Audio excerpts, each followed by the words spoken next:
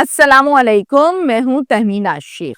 پشاور میں family planning یعنی کہ بچوں کی پیدائش سے متعلق انسانیت سوز واقعہ پیش آیا ہے۔ لڑکا لڑکی، نئے نویلے دلہا دلہن، نیا نویلا جوڑا جن کی ابھی شادی ہوئی۔ لڑکی شادی کے شروعات میں اولاد پیدا کرنا نہیں چاہتی تھی، جبکہ شوہر یہ چاہتا تھا کہ سٹارٹنگ میں ہی اولاد ہونی چاہیے، بچہ ہونا چاہیے اور پہلے ہی سال ہونا چاہیے۔ ایک دن شوہر کو بیڈ کے میٹرس کے نیچے سے کچھ سامان ملتا ہے، کچھ چیزیں ملتی ہیں تو شدید آگ بگولا ہوتا ہے، غصے کی حالت میں آتا ہے اور اسی غصہ میں بیوی کو موت کے گھاٹ اتار دیتا ہے کہ ایسی چیزیں اس کے پاس کیا کر رہی ہیں۔ بیوی بچے پیدا کرنا کیوں نہیں چاہتی تھی، اس بات کی وجہ کیا تھی؟ بیڈ کے میٹرس کے نیچے سے کیا چیز ملی تھی؟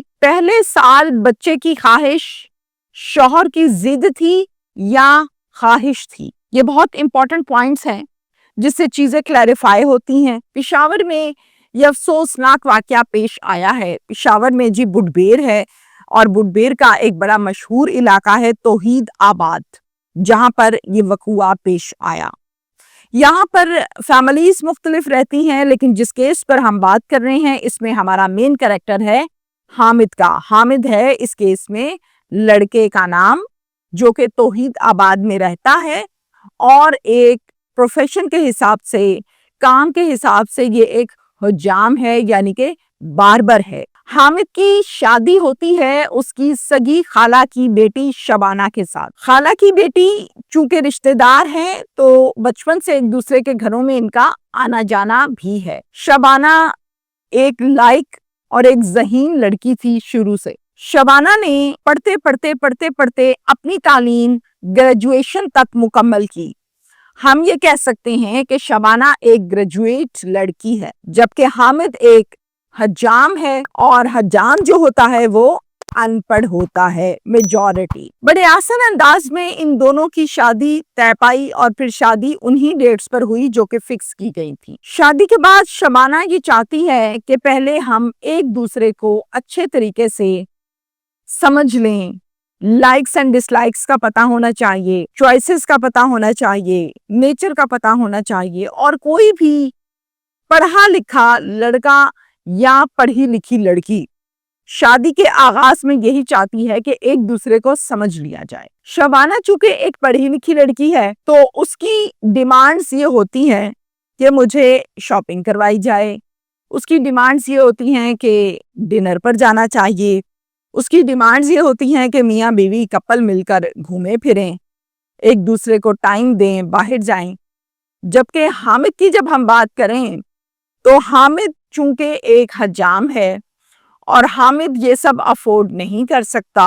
حجام کتنا کا کماتا ہے اور وہ کتنی عیاشی اپنی بیوی کو یا کوارے ہوتے اپنے بہن بھائیوں کو کروا سکتا ہے، یا آپ تمام لوگ سمجھ سکتے ہیں۔ بڑی ہی کوئی ہینڈ ٹو ماؤتھ انکم وہ کماتا ہے جس سے بمشکل گھر کا خرچہ پورا ہوتا ہے۔ اس وجہ سے وہ اکثر اوقات ان ڈیمانڈز کو پورا کرنے میں قاصر رہتا ہے اور منع کر دیتا ہے جب بھی شبانہ کچھ کہتی ہے، چونکہ اس کے پاس پیسے نہیں ہوتے۔ شادی کو 6 ماہ گزر گئے اور شادی کے 6 ماہ تک یہ ایک دوسرے کو سمجھتے رہے۔ جب 6 ماہ گزر گئے اور دوسرے کی یعنی حامد شبانہ اور شبانہ حامد کی نیچر کو سمجھ گئی، ایک دوسرے کی لائکس کو، ڈس لائکس کو، نیچر کو جب سمجھ گئے تو دونوں نے بیٹھ کر یہ فیصلہ کیا کہ اب 6 ماہ گزر چکے، ہمیں عادتوں کا پتہ چل چکا ہے، تو اب اولاد کی طرف بڑھنا چاہیے کہ ہمارے ہاں، ہمارے گھر میں ہم دونوں کا ایک بچہ بھی ہونا چاہیے۔ جس پر فیملی پلاننگ سے متعلق تمام باتیں آپس میں میاں بیوی نے ڈسکس کی اور پریکٹیکلی طور پر اولاد کے لیے کوششیں کرنے لگے۔ 6 ماہ سے لے کر 2 سال تک کا وقت بھی گزر گیا شادی کو۔ جب 2 سال گزر گئے شادی کو اور اولاد پیدا نہ ہوئی تو حامد ذرا پریشان دکھنے لگا۔ وجہ صرف اور صرف یہ تھی کہ اولاد نہیں ہو رہی اب تک۔ کیا کرتا ہے؟ شبانہ کو مختلف حکیموں کے لے کر جاتا ہے علاج معالجہ کروانے کے لیے، ڈاکٹرز کے پاس لے کر جاتا ہے، ٹیسٹ کرواتا ہے، دوائیاں لے کر دیتا ہے، فیملی کی طرف سے، خاندان کی طرف سے جو ٹوٹکے بتائے جاتے ہیں ان پر عمل کرتا ہے، اور اس کے ساتھ ساتھ منتیں مرادیں بھی مانگتا ہے۔ جو کوئی بتاتا ہے کہ اس والے پیر کے پاس چلے جاؤ، اس والے بابے کے پاس چلے جاؤ، تو وہ بھی سب کچھ کرتا ہے، مگر اولاد 2 سال گزر گئے ہیں، نہیں ہوئی۔ کوئی کسر نہیں چھوڑتا کیونکہ اس کو اولاد کا شوق بہت زیادہ تھا۔ اسی طرح دونوں میاں بیوی روز اس بات پر آپس میں باتیں کرتے ہیں اور سو جاتے ہیں۔ ایک دن حامد کو بیڈ کے میٹرس کے نیچے سے کچھ گولیاں ملتی ہیں۔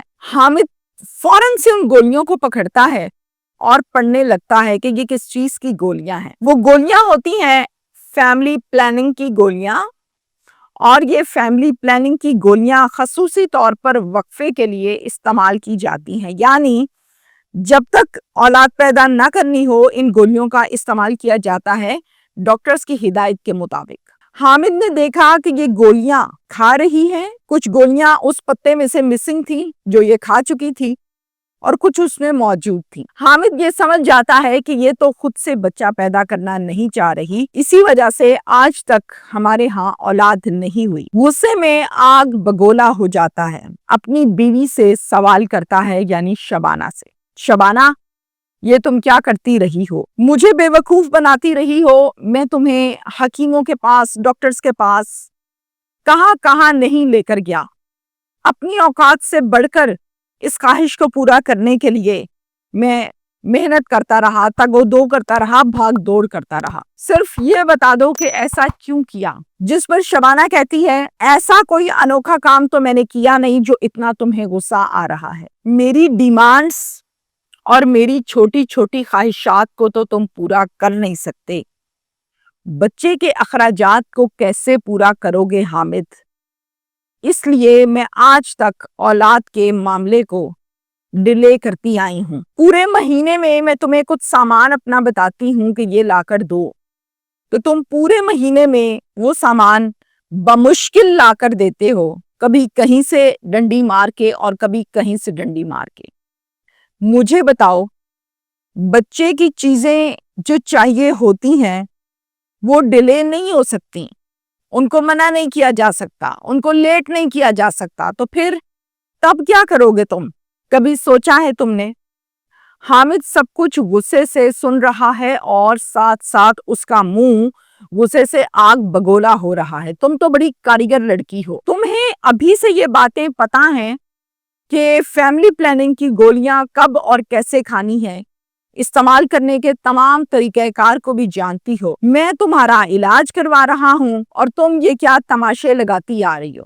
غصے میں آتا ہے اور اٹھ کر اس کا گلا دبا کر قتل کر دیتا ہے۔ گلا دبا کر قتل کر کے وہاں سے فرار ہونے میں بھی کامیاب ہو جاتا ہے۔ اس کے بعد ایک FIR درج ہوتی ہے پولیس اسٹیشن بڈبیر میں، جس کا مدعی بنتا ہے شبانہ کا سگا بھائی۔ پولیس کارروائی کرنے کے بعد ملزم کو گرفتار کر لیتی ہے۔ تھانے میں لا کے یہ سوال کرتی ہے کہ ہاں بھائی حامد، اپنی بیوی کو قتل کیوں کیا؟ جواب آتا ہے، بالکل میں نے اپنی بیوی کو قتل کیا ہے اور میں اس بات کا اقبال جرم بھی کرتا ہوں۔ وجہ یہ تھی کہ مجھے بہت زیادہ خواہش تھی کہ میرے گھر میں بھی چھوٹا بچہ ہنستا کھیلتا ہو، اس کے رونے کی آوازیں اور اس کے کہکے میں بھی اپنے کانوں سے سنوں، مگر اس عورت نے میرے تمام خواب چکنا چور کر دیے اور گولیاں فیملی پلاننگ کی کھاتی رہی، جس پر مجھے شدید غصہ آیا اور میں نے اس کا گلا دبا کر اسے قتل کر دیا۔ کیس یہاں تک ہے۔ میسیجز میں اوپینین اس میں آپ کو یہ دوں گی کہ آپ نے اپنی بہن کو، سگا بھائی مدعی ہے، بہن کو گریجویشن کروایا ہے۔ گریجویشن سال یا 6 ماہ میں نہیں ہوتا، 14 سالہ تعلیم کا نام ہے گریجویشن۔ جب گریجویشن کروا لیا اور گریجویٹ ہو گئی تو بھئی اس کے لیے اس کا شوہر بھی کوئی گریجویٹ ہی دیکھنا تھا نا، جو اس کی مینٹالٹی پر، اس کی ڈیمانڈز پر، اس کی خواہشات پر پورا اتر سکے۔ آپ نے شوہر وہ چنا جو ایک نائی ہے، حجام ہے۔ بہن آپ کی پڑھی لکھی ہے، حجام کی مینٹالٹی اور ہے، گریجویٹ کی مینٹالٹی اور ہے، تو کیسے ان کا نبھا ہو پائے گا؟ اب ایک لڑکی کو اگر آپ فار ایگزامپل گھر سے باہر نکالتے ہیں تو وہ گھر سے باہر کی دنیا کو دیکھتی ہے، سمجھتی ہے، پتا ہوتا ہے۔ ایک وہ لڑکی ہے جو صرف گھر کی چار دیواری میں پلتی ہے، بڑی ہو جاتی ہے، اس کو نہیں پتا۔ اب جو باہر نکلتی ہے اس کی مینٹالٹی کے مطابق اس کا نبھا ہونا چاہیے، ساتھ ہونا چاہیے، جوڑ ہونا چاہیے، اور گھر کے اندر والی کا اس کی مینٹالٹی کے مطابق ہونا چاہیے۔ جہاں پر مینٹالٹی میچ نہیں ہوتی وہاں پر مس انڈرسٹینڈنگز کریٹ ہوتی ہیں، مسائل پیدا ہوتے ہیں، اور ایٹ دا اینڈ توبہ استغفار بھیانک قسم کے کیسز سامنے آتے ہیں، جیسے کہ اس کیس کے متعلق میں بات کر رہی ہوں۔ اب اس لڑکی کو یہ نہیں پتا تھا کہ ان گولیوں کو کھانے کی وجہ سے اور بچے کی پیدائش کو ڈیلے کرنے کی وجہ میرے قتل کی وجہ بن جائے گی، سبب بن جائے گا، کیونکہ وہ حجام تھا۔ اس کی مینٹالٹی اتنی ہی تھی کہ بس اس کو قتل کر دو، اس نے گولیاں کھائی ہیں، اس کو مار دو۔ مینٹالٹی چینج تھی، مینٹالٹی ملتی نہیں تھی، اس وجہ سے یہ مسائل کریٹ ہوئے، اور ایٹ دا اینڈ توبہ استغفار 2 سال کے بعد بھائی جنازہ اٹھا کے اس گریجویٹ بہن کو دفنانے قبرستان لے کر جا رہے ہیں۔ تو پہلے مینٹالٹی لیول، لائکس ڈس لائکس کو دیکھ لیں، پھر نکاح پڑھائیں۔ یہ لڑکیاں ہیں، کوئی مولی گاجر نہیں ہے جس کو آپ کلو کے حساب سے تولتے ہیں اور خریدار کو دے دیتے ہیں۔ وہ پشاور کی ہے، وہ بلوچستان کی ہے، وہ پنجاب کی ہے، وہ KPK کی ہے، وہ سرحد کی ہے۔ ایک عورت ذات ہے اور اس کو اس کی مرضی سے زندہ رہنے کا حق شریعت بھی دیتی ہے اور قانون بھی دیتا ہے۔ انسان کون ہوتا ہے کہ اس کو اس کی شریعت اور اس کے قانون اور دنیا داری کے معاملات سے سائڈ پہ ہٹا کے کہے کہ میں ہی تمہارا سب کچھ ہوں؟ ایسا نہیں ہوتا، قانوناً جرم ہے۔ Thank you.